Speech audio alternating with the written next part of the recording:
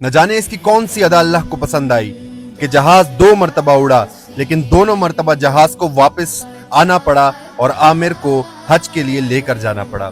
ये कहानी है आमिर की, जिसका ताल्लुक लीबिया से है। ये सिर्फ कहानी या अफसाना नहीं बल्कि हकीकत है। आमिर हज के लिए जा रहा था और इस साल की आखिरी फ्लाइट थी लीबिया में। वो एयरपोर्ट पर पहुंचा, लेकिन उसके नाम में कज़ाफी लगने की वजह से इमिग्रेशन में उसको मसला हुआ और जहाज चला गया। कज़ाफी की कहानी जिसको नहीं पता मैं फिर कभी सुनाऊंगा। उसको रोक दिया गया, जहाज चला गया। एयरपोर्ट वालों ने कहा कि आप चले जाओ, घर चले जाओ, अगले साल अप्लाई कर लेना, अल्लाह आपको बुला लेगा। लेकिन आमिर बज़िद था, जाने को तैयार नहीं था। इतने में कॉल आती है इमरजेंसी। जहाज से पायलट बोलता है कि जहाज में फनी खराबी है, हमें वापस आना पड़ेगा। जहाज वापस आता है, एयरपोर्ट पे उतरता है।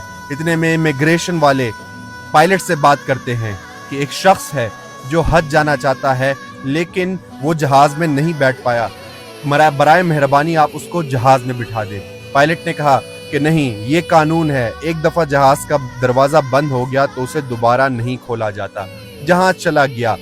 इमिग्रेशन वालों ने, एयरपोर्ट वालों ने फिर आमिर को बोला कि चले जाओ, घर चले जाओ, अगले साल हज चले जाना। आमिर नहीं गया।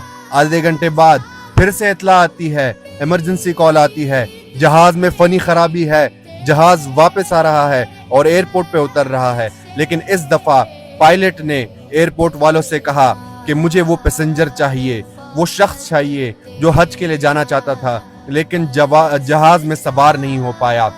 उसको लेकर आओ, उसको हम अपने साथ लेकर जाएंगे, नहीं तो हम हज के लिए किसी को नहीं लेकर जाएंगे। आमिर को बुलाया गया। उसकी वीडियोस और तस्वीर सोशल मीडिया पर मौजूद है। वो बड़े खुश थे।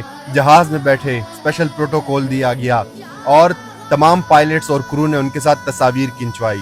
अब इस आमिर से दरख्वास्त है कि जिस शख्स के ईमान को देखकर, जिस शख्स की किसी अदा को पसंद करके अल्लाह ने 2 मरतबा जहाज वापस कर दिया, अल्लाह उसको बुलाना चाहता था हज पे। उस शख्स से दरख्वास्त है कि तमाम मुस्लिम उम्मा के लिए दुआएं करे हज पे, खास तौर पर फ़लस्तीन के बहन भाइयों के लिए।